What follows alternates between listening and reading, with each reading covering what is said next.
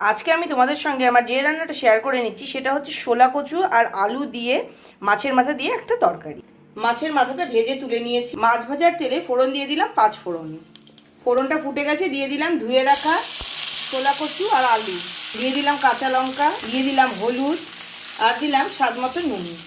এবার ঢাকা দিয়ে একটু ভেজে নেব। আলু আর কচুটাকে বেশ ভালো করে ভেজে নিয়েছি, একটু বেশিই ভাজা হয়ে। এটা আর জিরে একসাথে বেটে নিয়েছি, সেটা দিয়ে দিলাম একটু জল, দিয়ে দিলাম খানিকটা ভেজানো ছোলা। এবার ভালো করে তেল বেরোনো অবধি কষিয়ে নেব। মশলা কষে তেল ছেড়ে দিয়েছে, গ্রেভির জন্য দিয়ে দিচ্ছি জল, আর একই সঙ্গে দিয়ে দিচ্ছি ভেজে রাখা মাছের মাথা। ঢাকা দিয়ে খানিকক্ষণ ফুটিয়ে নিতে হবে। রান্নাটা কমপ্লিট হয়ে গেছে, গ্রেভিটা একদম ঘন হয়ে গেছে।